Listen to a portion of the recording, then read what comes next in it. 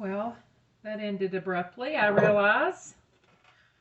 Ended abruptly for me also. I wasn't paying any attention of whether or not my battery was running out or not. Empty all the spaghetti, meat, garlic, onions into the pot. Smells so good. My homemade spaghetti sauce into the pot, and these 2 jars of Classico into the pot. Tomato basil. I mentioned earlier that I love these. Well, the spaghetti sauce is delicious, but I love the Classico jars because I can in them later, and I save the Classico lids because once I open, like, say a few minutes ago when I put those tomatoes into the taco meat and I realized that I didn't need all of them, I could have just put this Classico lid right back on the jar and put it in the refrigerator, because one of the things I think that makes your jar lids unusable for the next year is for you to keep them on your jars. Like after you open them, all the acid gets on it, if you have pickles or something, all the vinegar from the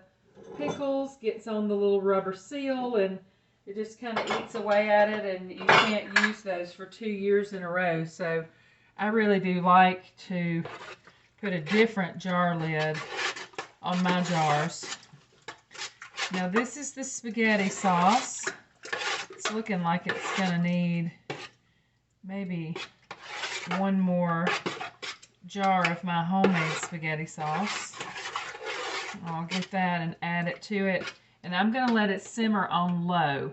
I really like to simmer it and get all the flavors married and make sure that I don't need to add anything else to it. And while that simmers, I'll cook my vegetable soup in my other big stock pot. And we'll be on our way to a meal prepped week and to 3 or 4 containers of chili, spaghetti, and vegetable soup in the freezer. So that'll be really nice. I'm going to add a little of what I know I will need. I don't have any basil. I always add some extra basil, but I don't have any. So I'm going to do about a tablespoon of oregano. I'm going to do about a tablespoon or maybe 2 tablespoons of Italian seasoning. Yeah, that has some basil in it for sure. I'm going to do 2 bay leaves. And then to add that, let's see, those are broken. I need a big one that I can pick out later. Nobody likes to get a leaf between their teeth. All right. Then to add that little bit of sweetness that we like with the basil blends also, I'm going to put just a little bit of brown sugar, probably 2 tablespoons. Not that any of these measurements mattered. I didn't give you any measurements for anything else. I don't ever measure. I just dump and taste and dump and taste until it is all done.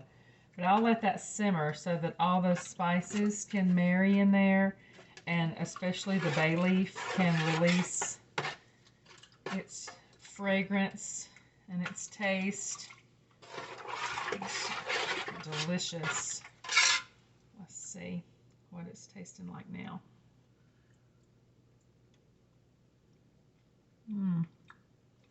Really good. Really fresh taste. Gosh, that's delicious. I think that all it really needs is a little bit of salt. And I would normally put a little bit of pepper, but I used that hot sausage. I'm afraid that putting any more spice in there is going to make it too spicy for the family. All right, that's yummy.